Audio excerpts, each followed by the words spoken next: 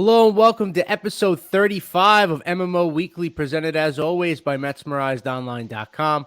I'm your host, Sal Manzo, along with my co-host and MMO executive editor, Mike Mayer. And we're joined this week by friend of the show, Tim Healey of Newsday. Tim, thank you so much for taking the time with us down at Point St. Lucie, man. I hope everything's good. Thank you very much for having me. Happy to do it. So far, so good in St. Lucie. Good. We're glad to hear it. Mike, how we doing? Like you said, so far so good. I mean, there's no injuries in Mets camp yet, so that's always good news through the first couple of weeks. Yeah, absolutely. Not knocking on wood for that one that it stays that way. But obviously Mets first kind of real full week in camp here. Games started this weekend, had one today and yesterday. So I think one of the things that I guess I want to start with was one of the omissions for the last few games of spring is Brandon Nimmo. Obviously that's been by design. Apparently it's a new spring blueprint for him. I must, trying to keep him healthy and I guess on the field as long as they can. So Tim, I just wanted to get kind of, your thoughts on, what the Mets blueprint is here with Nimmo and what their plan is, I guess, kind of moving forward for him with the spring. Well, the idea with Nimmo is for him to basically not play very many of these pointless exhibition games. I wrote about this for Newsday a couple days ago, and in talking to Nimmo, the idea started with the shortened spring training last year. There was a lockout. Everybody rushed to spring training. It was about 3 weeks and a little bit worth before opening day. And Nimmo played 8 games, which is not a lot. In the 4 years before that, he averaged 16 Grapefruit League games per year. So he realized, and the Mets athletics/medical staff realized, that he doesn't need a whole lot. So he hasn't been on the field yet. He hasn't been playing center. He has been facing live pitching. He saw Verlander today. He saw Carrasco and Diaz yesterday. So he's getting his at-bats. He's just not really getting his steps in, so to speak, which is something they want to monitor. Yeah, and I mean, if you're going from last year, don't change anything for Brandon Nimmo, right? Like last year couldn't have gone any better for him for staying on the field and his production. So I think the Mets are being pretty smart in this. And I mean, Nimmo talked about other reasons too, and staying healthy for not playing in the WBC. But I think that's going to be part of the reason why he didn't go there too, is all those extra games that he would have been guaranteed to play there. So yeah, I mean, anything they can do to keep Nimmo obviously healthy this year and healthy for the long term is the best thing. And I know, Sal, we talked about it on the last show with Jacob that hey, a lot of these guys come into camp already ready to go. We saw Max Scherzer today. I mean, he looked like could be pitching in a regular season game next week if he wanted to. So, I mean, a lot of these guys, it's not like spring training 20 years ago where it was getting in shape and that type of stuff. I mean, a lot of these guys are ready to go, ready to play. I mean, just look at a lot of the Mets players. I mean, I'm sure we'll talk about it. I mean, Daniel Vogelbach, Pete Alonso, Jeff McNeil, Brandon Nimmo. I mean, you can just see the different physiques that all 4 of those guys have come in with, and there's multiple others too that you can just see change. With Vogelbach and Alonso, they've kind of slimmed down, and with Nimmo and McNeil, you can see that they've gained some muscle for sure. So yeah, these guys come ready into camp, and I'm glad that Nimmo and the Mets kind of realized that this is what they wanted to do and that they're going to play it safe with it. And Tim, outside of obviously the obvious is here, keeping Nimmo healthy, you want to keep him on the field as much as you can for the regular season. But is there any thought to this also as far as that the Mets need to figure out who their backup center field is going to be also, giving some guys some looks here in spring? Yes. Tommy Pham has played center in a couple of games already. I suspect that will continue. It's in the regular season, if and when Nimmo needs a random day off, will they go with Pham? Will they go with Mark Canha? Right. We'll probably see. It probably doesn't move the needle that much either way, to be honest. Canha played some center last year, as we saw with the Mets. Pham, in his major league career, has been mostly a left fielder. So, that is something the Mets need to figure out. But fortunately for them, it's not that big of a deal. The only big deal would be if Nimmo somehow gets hurt and misses an extended period, then what would they do over a longer stretch to replace him, which is a similar but harder question. So, Mike, before you hop in, then I just want to follow up with that. Then, two parts. Then, is there any thought to maybe Starling Marte ever going back to center field as far as if they need him? As far as if there is an injury, as far as with Nimmo, and also, can you kind of speaking of Marte, just if there's any update how he's feeling in camp, things of that nature. Obviously, he's coming in kind of second camp in a row. With the double groin surgery hurting a little bit. So I'm just kind of curious his status as far as how he's been doing since he got there. For Marte? Yes. I'm sorry, I thought you were talking to Mike. No, with Marte, I'd be shocked if we see him in center. I know the Mets floated him over the offseason as a potential replacement in center if Nimmo signed elsewhere. But that was all nonsense. That Right. was posturing. That was never going to happen. And especially now that we know the extent of his surgery, which we didn't know until about a week ago. So he's probably about a week and a half at least away from getting into games. They're taking it slow with him. I don't, the Mets say he's going to be ready. Marte says he's going to be ready for the start of the season, but they also said he was going to be ready for spring training, and he wasn't. So you know how those things go with the Mets especially, but also really any team. So we'll see what happens. It's still a solid month and a couple days away, the beginning of the season. So Marte has time to catch up. We learned last year when he had a little oblique something, I think, in that shortened camp. It was like, is he going to get enough at bats to be ready? And then he did, and it was fine. So I'm not too worried about Marte, but it is going to be something worth monitoring as camp develops. Yeah, and on center field, left field, I did find it kind of interesting, like the first chance that they had with Canna and Pham in the lineup, that they did go with Pham in center. Because like Healey said, that Canna played some center last year, and Pham really hasn't played a ton of center. And defensively, the metrics kind of favor Canna wherever the position they play in the outfield. So it was definitely interesting to see Pham there. And yeah, I mean, well, I guess we'll probably see Pham in some right field too, like Tim said, with Healey, with Marte not back yet, as kind of originally expected. The Mets are going to play it cautious with him. They know this is for the long haul, thinking of the season, and that he's recovering from a surgery. It's not an injury that they're worried about, so you just want to take it easy with him. And I mean, after that, I know they signed Tim LaCastro, who we've seen actually quite a bit already. There isn't much outfield depth. They signed Jalen Davis this week. They don't really have any prospects at AAA, really. I mean, Khalil Lee is going to be in AAA, and we've seen the issues that he's undergoing. There's a potential suspension there for Lee.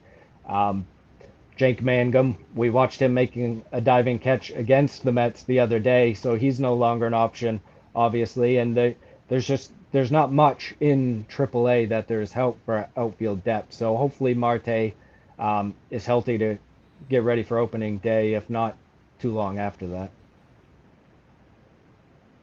Absolutely. And Tim, we're going to obviously get into the new rules. I want to talk to you about the pitch clock, how guys are feeling in camp as far as that stuff goes. But real quick, just like what's the vibe around camp now as far as with Verlander and Scherzer back together? Is it they're just like a palpable kind of energy, guys, just with them walking around? Like what's kind of the vibe with those two guys now back together in camp, and Scherzer's first camp here in New York? As far as they go, there isn't much of a vibe. They're both very good pitchers. Their track records and accomplishments speak for themselves. But there hasn't been a whole lot of holding court with the younger pitchers or really anything tangible along those lines. So, yes, it's exciting because it's still sort of insane that Max Scherzer is a Met. And now also Justin Verlander is a Met. That's just two mind-boggling things. Two of the best pitchers of the generation, surefire Hall of Famers, first ballot, all that stuff. They're Mets, and if the Mets are lucky, they're going to be pitching like 60 out of their 162 games this year. So it is wild in that sense. But as far as the day-to-day, it doesn't really. There's not a lot going on right now. When they start pitching, I'm sure that'll change. But for now, they're just going about their business and getting ready.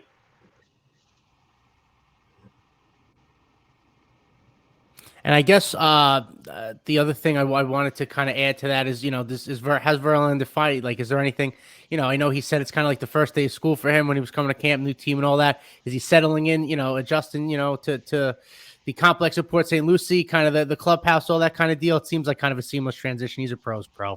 Yeah, he actually noted something interesting today that he did mention when he first showed up in camp, that this is the first time in his career that he is in spring training with a new team, because he was with the Tigers all those years, and then he moved to the Astros mid-season in 2017. So come 2018, he was not new. Right. So this is the first time he's going through this particular experience, which is something that I always get a kick out of when a guy who's been around that long is experiencing something new. I think that's fun. The other interesting thing that he mentioned today is that he is working on re-implementing his changeup, which was a big pitch for him about 10 years ago. Sure. And then slowly but surely just faded away to the point of barely using it at all last year. So he's looking to re-add that as a fourth pitch behind the fastball slider curve. So, again, speaks to the caliber of pitcher that he is, that he was the best pitcher in baseball last year, and here he is trying to revive another pitch. So it should be another something fun to watch. Yeah, and like Tim said, just having those two guys in camp, I mean, it really took the sting off Jacob deGrom leaving pretty quickly when you're adding the guy who just won Cy Young and going to go to the Hall of Fame. And then we talked about a little bit, Sal, last show, is he still might not even be the Mets opening day starter. Like, to think about that because you have Scherzer, who's been here a year longer than him, so Scherzer might get that bid. But it's just to have that level of pitching at the top of the rotation, it's just unbelievable. And then, I mean, it's not like it falls off from there either. You have got a guy in Kodai Senga who is very good. Obviously, there's a lot of adjustments there, but there's a high ceiling there. I mean, he has the ceiling of a top of the rotation starter. And I mean, they have Carlos Carrasco, who was really good last year, and Jose Quintana, who had a really good season too. So, I mean, this is just a really good rotation that I think, I don't know, last year the offense was kind of what they talked about at the end of last year, and then Scherzer kind of had a weak start, and so did deGrom against Atlanta. So that wasn't really the conversation of the year, the rotation, but I think it's kind of getting under talked about just how good that they can be this year, just 1 through 5, and it's going to be certainly fun to watch, assuming all these guys stay healthy. And I mean, David Peterson's probably the best number 6 starter in baseball. I mean, this is a guy that's would be in a lot of teams' rotations, and he's the Mets 6 starter. So they definitely have a lot to look forward to in the rotation this year. Yeah, no, absolutely. And, like you said, as far as their back end, and I think they're 7, 8, 9 or 6, 7, 8. You kind of talked about Peterson. I think they've slowly but surely built up some really nice back end depth and some minor league pitching depth too, when they're going to need, guys that eventually going to need spot starts, things of that nature. I think that they built that up nice. I know Scherzer said his goal is to pitch 200 innings this year. If he does that, I'll do backflips. I don't know if that's going to get quite there, but, we saw last year, and even like you said, Scherzer missed it was 8 weeks with the oblique last year. They had a lot of guys in the starting rotation step up, and that was all without Jacob deGrom also when that happened. So, I expect those guys to kind of pick up the slack again if they need to. And, as far as the offense goes, like you said, Mike, it was kind of the focal point. They teetered out there at the end, but I think that it'll be a team that scores a lot of runs. And with the new rules, some guys that can maybe steal some more bases for them and things like that. No shift. And I guess that's a nice transition to the new rules. First, I guess I want to start with the pitch clock, Tim. Have you heard just, not only just the pitchers, but also the hitters and the catchers, just how they're adjusting to it in camp? Obviously, now you're, a few games into this with the new rules. Just, your thoughts on what players are saying so far with that stuff. The pitchers that I've spoken to about the pitch clock all seem to like it. And that is especially true for Max Scherzer, who used it for the first time Sunday in facing the Nationals for a couple of innings. And let's just point out the obvious, that this guy is a guy, first of all, he's a maniac, right? Mad Max. And he likes to toy with people. And he views the pitch clock and the associated rules, such as one timeout for the hitters, limited number of pickoffs, things like that. He views that as another layer of mind games and, trying to throw off hitters' timing, things like that. So no pitchers have put up a stink about the pitch clock. Everybody seems to be adjusting to it. A lot of them note that, they're going through the routine in a batting practice session, live BP or in an exhibition game, and they'll look at the clock and realize they have plenty of time. Now, come regular season, when there's guys on base and the Mets are about to, blow a lead or something, and the situation's tense, we'll see how they feel then. When the games really matter and the pitch clock maybe feels like it's ticking down faster. But so far, so good on the pitch clock front. For the hitters, it's actually going to be, I think, maybe a bigger transition because those guys have very specific rituals and very specific cues for themselves to lock in before each pitch even. And this is something Pete Alonso spoke to the other day, in that he needs to essentially use spring training as a way to, as a lab, to experiment on what's going to work for him in this new environment. So that's going to be a work in progress for the hitters, who seem to have it tougher than the pitchers. Yeah, and I know Mark Canha mentioned it too, kind of, if you watched him last year, this is a guy that kind of steps out of the box, Yes. thinks about what's going on in the count, what he's seen for pitches, what he thinks is coming next. He's really a guy that's kind of laser focused when it comes to that stuff in between pitches. And obviously that's something that he's going to have to adjust to. And yeah, I think going into the year was kind of under talked about how this was going to affect the hitters compared to the pitchers. I mean, the biggest violations, or the most notable violations we've seen so far, have come against the hitters, with Manny Machado being the first one, and then the prospect for the Red Sox that ended the game in a tie, that we saw that he didn't get in the box in time when the pitcher was ready. So yeah, but going to the time of the games, I think the Mets' longest game at this point is 2 hours and 36 minutes. Today was a crisp 2 hours and 28 minutes. And I know, just from talking to minor leaguers and watching minor league games last year, that, yeah, the first couple of weeks, it's going to be a learning process for everyone involved. But it was pretty seamless once the season got started, that the minor leaguers, who are obviously younger, less experienced players, had really no issues during the year. The infraction number was pretty low. There wasn't really any big incidents that happened because of the pitch clock. So I think we're the major leagues. They're gonna, obviously, everyone was in a big uproar when the Red Sox incident happened the other day. But I think it's spring training. The umpires are going at the rule pretty harshly, and I think that's the right thing to do, so that the players know exactly what to expect and kind of get these kinks out before the season starts. So I think the only thing, I think, which Tim mentioned, is we really can't simulate in spring training Edwin Diaz with a 1-run lead in the 9th inning, like taking his time to make sure he's on the same page with the catcher, making sure he's getting the pitch that he wants. Adam Ottavino in a tight spot in a crucial inning. That type of stuff is really tough to simulate in spring training, and that's kind of where I think we'll notice it the most on the pitcher's end. And Tim, real quick, as far as just the pickoff rule, the 2 throws over, have you heard it all from coaches or even the catchers? Because obviously now, you only get 2 times to throw over. Is that something that now is going to be called from the dugout strictly, since you only have a couple of those to really, you have to really strategize when you're going to throw over? Or is that still going to come, or if you've even heard anything about that catchers are still going to be calling those pitch outs and those throw overs? I'm just kind of curious strategy wise if you've heard anything about that. I had not heard specifically about the communication path on that stuff, but I will say that Buck Showalter, in classic Buck Showalter fashion, is being very cagey on the details on what strategies might stem from these new rules. Right. The pickoffs, the shift limits, all this stuff. So as Mike was saying, we're getting our first looks at it now in spring training, but we're going to get our first real looks come March 30th. Yeah, no, I can't imagine a regular season game ending with how it happened the other day with the Red Sox, the uproar that would happen. Yeah. Obviously, hopefully, guys, that's a little wake up call that everyone get in the box so you make sure that none of that happens. But it is interesting as far as go ahead, Tim.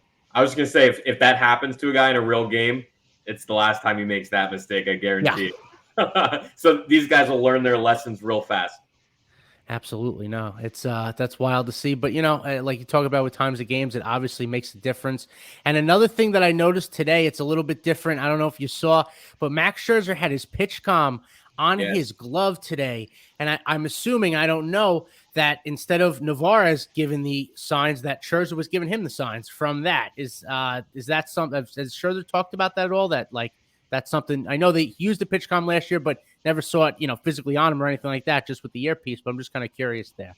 Yes, that is a new element this year. And Scherzer today was the first time I'd seen or noticed or heard about a pitcher actually doing it. I asked him about it after, and it turns out that Narvaez still had the pitch comm Sure. and was calling most of the pitches. Okay. But what Max said was that in a given situation, if he knew what he wanted to throw and where he wanted to throw it, he would just press those corresponding buttons, and then the pitch is called like that.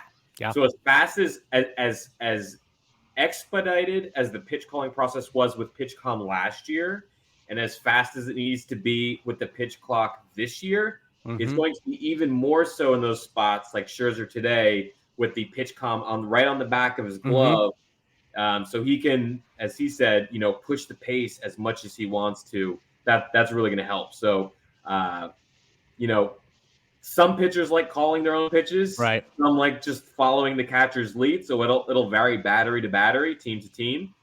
But it's another new element to really just keep things moving.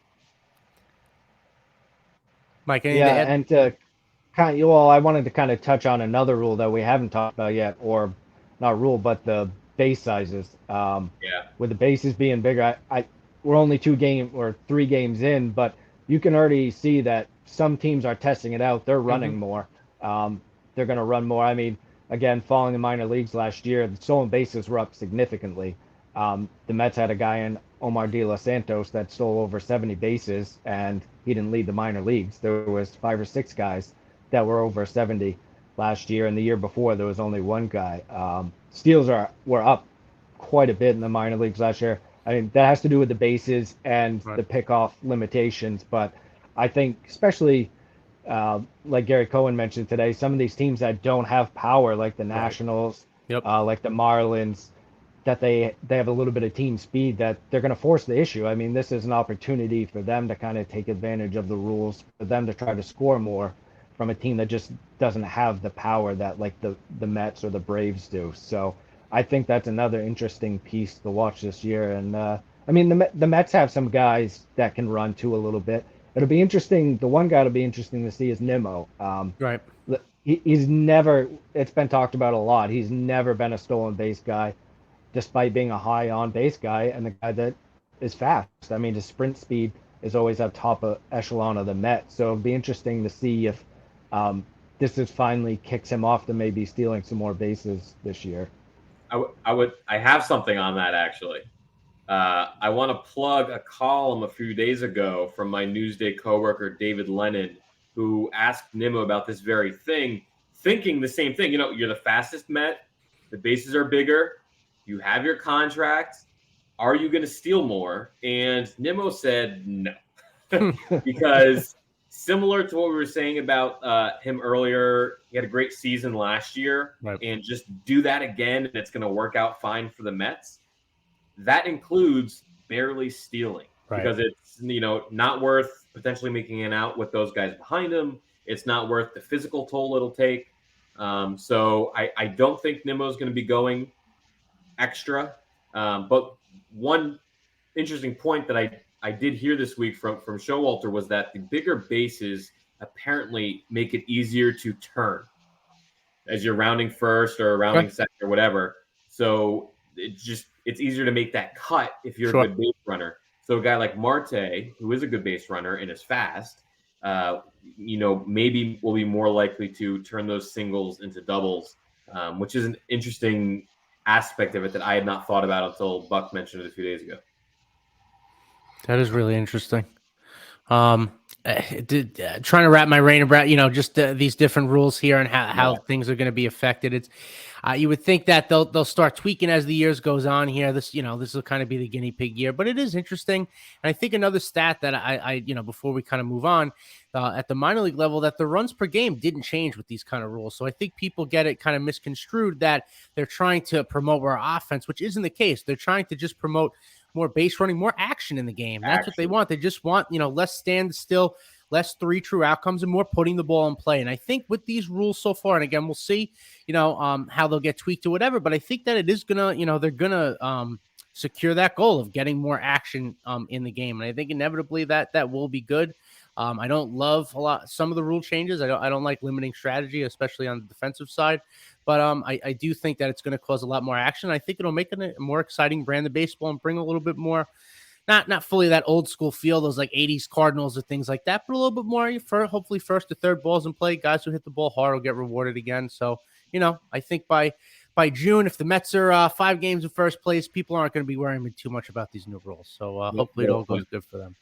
But well, and kind of one last note on that, Sal. Sure. I mean, we already saw the shift kind of come and play with the Mets just the other day. Mm-hmm. They had 3 or 4 hits in one game, all through kind of that first base, second base hole, where it necessarily wouldn't have been there before. I mean, right. Guys like Vogelback could be taking advantage of it. Yep. Lindor is a guy that pulls the ball a lot that way.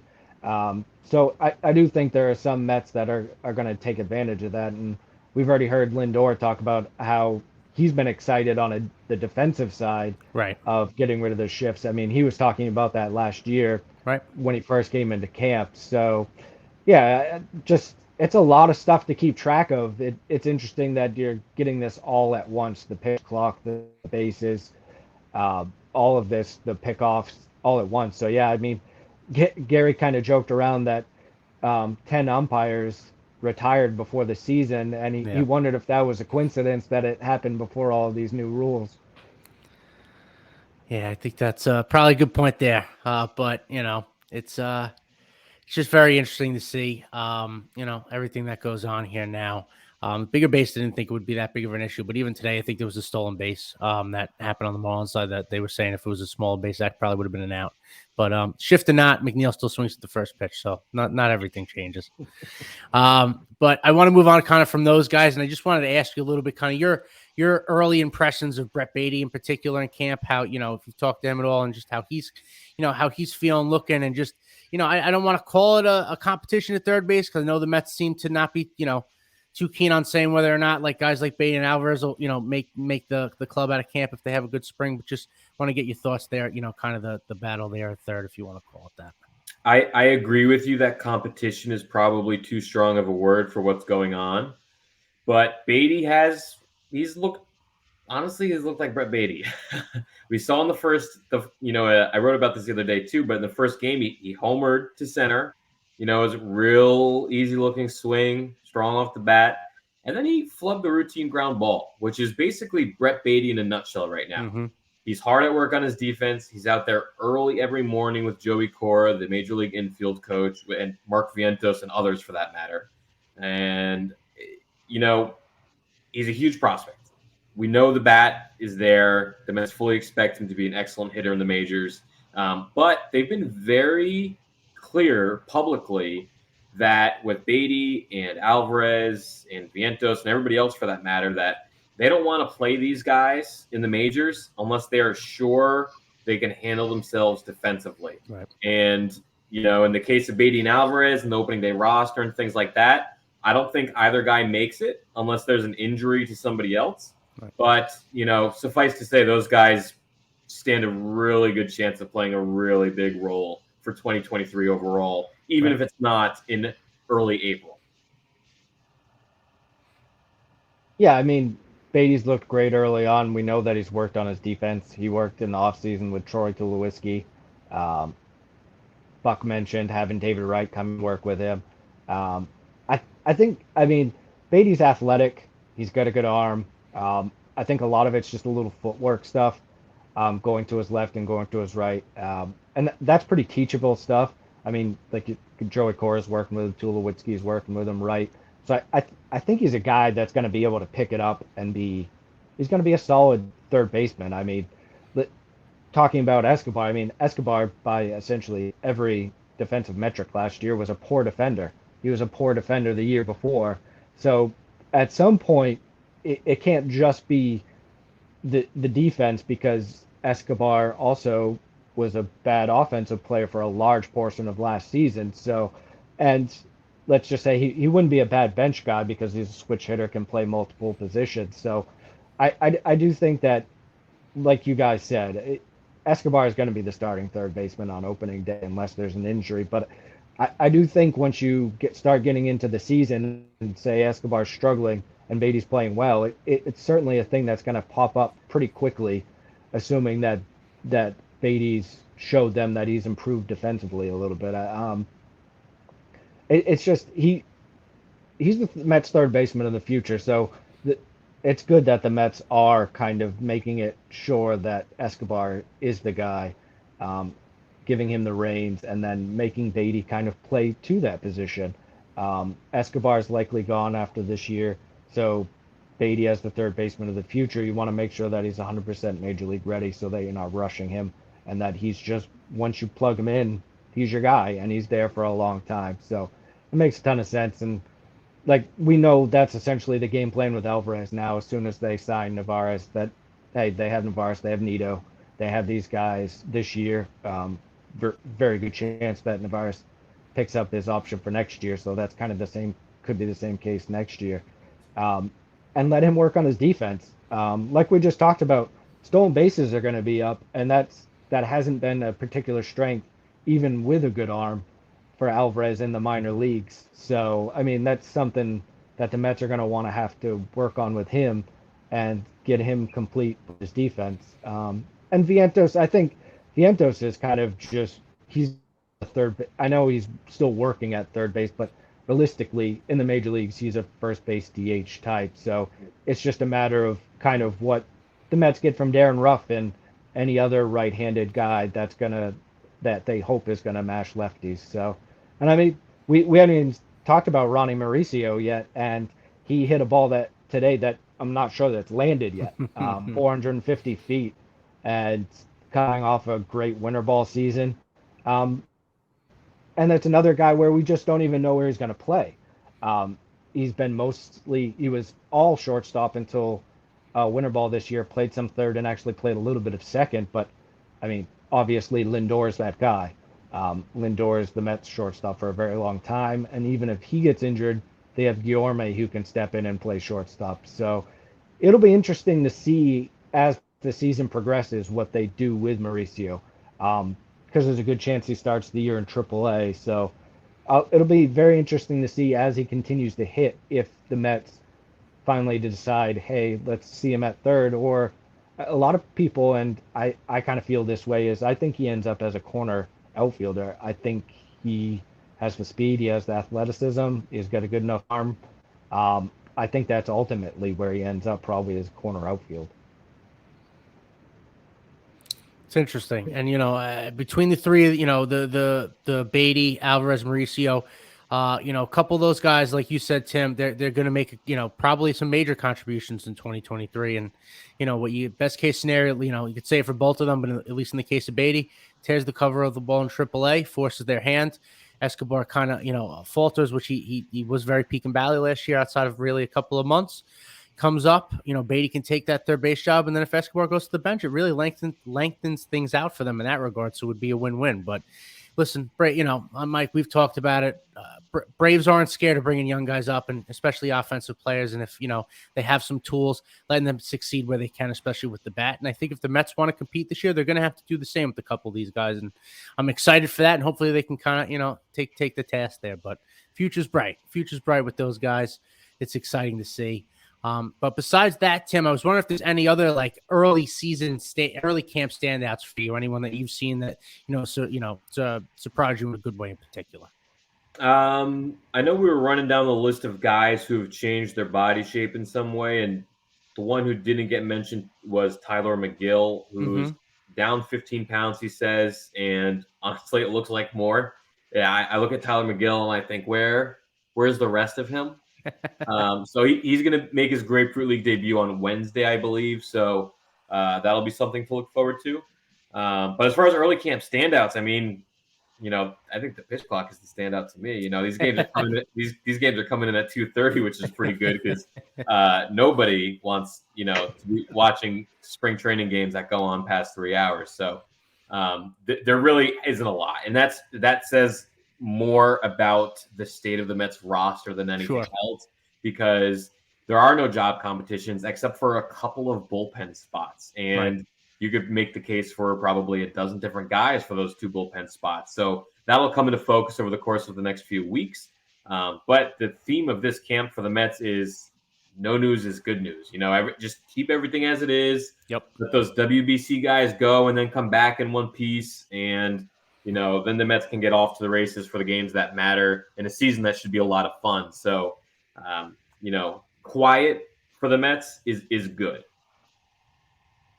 Yeah, and kind of on going off Tim's back on the bullpen, I think one thing to note today was John Curtis pitching for the first time in a Mets uniform, and his average velo was right at where he was pre-surgery. So that's a good sign for them. They were pretty excited when they were able to get him last year and have a cheap option on him for this year. So if he's healthy, that's definitely a guy that has a good shot at one of those back-end bullpen pieces. And the other one I want to mention is Jose Butto. He looked good in his first start. He added a cutter, which was coming at 89, 90, and he got a couple of whiffs on it. This is a guy that I've always liked because he's got a great changeup. I mean, he's got one of the best changeup. It is the best changeup in the Mets system. And he's got a pretty good, he was up to 97 with his fastball yesterday, too. The real thing missing for him was a third pitch. And if that cutter is that third pitch, he's a big league starter. And we talk about just the Mets having so much pitching depth. Like, we hadn't even mentioned McGill before Tim just brought him up. And this is a guy that started opening day last year for the Mets and also started the no-hitter. So, that's just the length of what the Mets have available to them. It's what you want. Going into a team that's essentially World Series or bust, you need what the Mets have with starting pitching depth and bullpen depth. They've built bullpen depth in a bunch of different ways. We've talked about it before. Just the amount of pitching that they have right now, if there's any injuries at all, it's just a real good place for the Mets to be at going into the season. Yeah, anytime we talk, the Mets are in a good spot the last 3 years since Steve Cohen bought this team. It's a total 180. It's great to see and talk about. But Tim, I got two quick things. Last couple things for you. Sure. Talking about Scherzer before, Mad Max crazy, all that. He seemed to add in another rehab routine that you wrote about the other day about his golf swing. Can you tell us a little bit about that? Yes, everybody can go read about it at newsday.com/Mets. It should still be relatively close to the top of the page. But as we know, Scherzer had those oblique issues last year, missed 7 weeks in May and June, another 2 weeks in September.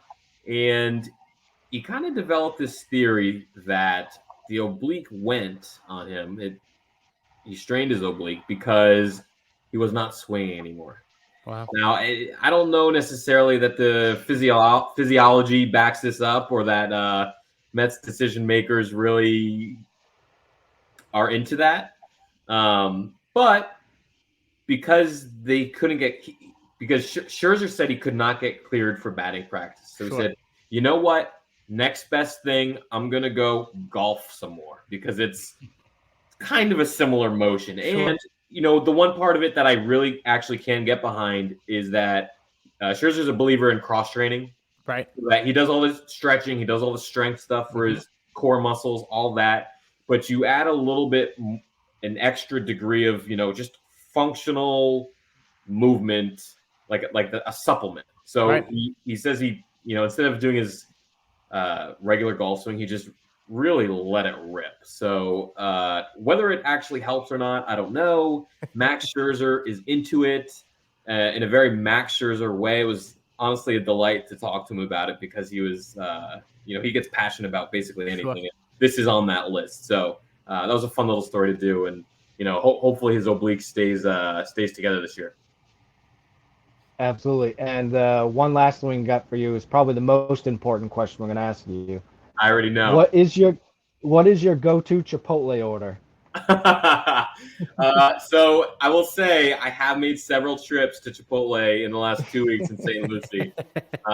Notably not to the Chipotle that is famously bad and occasionally goes viral on TikTok down here, because that does happen for one of the Port St. Lucie Chipotles. I won't name names, name neighborhoods, but it's a bowl with brown rice, black beans, chicken, sour cream, corn, and cheese. And a little bit lately, I've been into a side of chips and queso. So there we go. Yeah, I've been going hard a little bit. And Like that. have you been helping Buck out? Have you been giving him tips? It sounded like he was on the case with ordering from his phone. So it sounds like somebody's taking care of him just fine. Oh, that's great. Spring training, always fun. A lot of great stories. Hopefully, like been saying, no news is good news for the Mets. Hopefully keep it that way for the next month and couple days, whatever it is. But Yes. Tim, thank you so much for coming on. Enjoy the rest of the time down there. Enjoy the nice weather. It's pretty cold up here, so enjoy that. And we'll check in with you soon from camp, definitely. But that's everything for us this week. Keep it posted for everything in Metsland next week. And until then, guys, let's go Mets. Thanks for having me.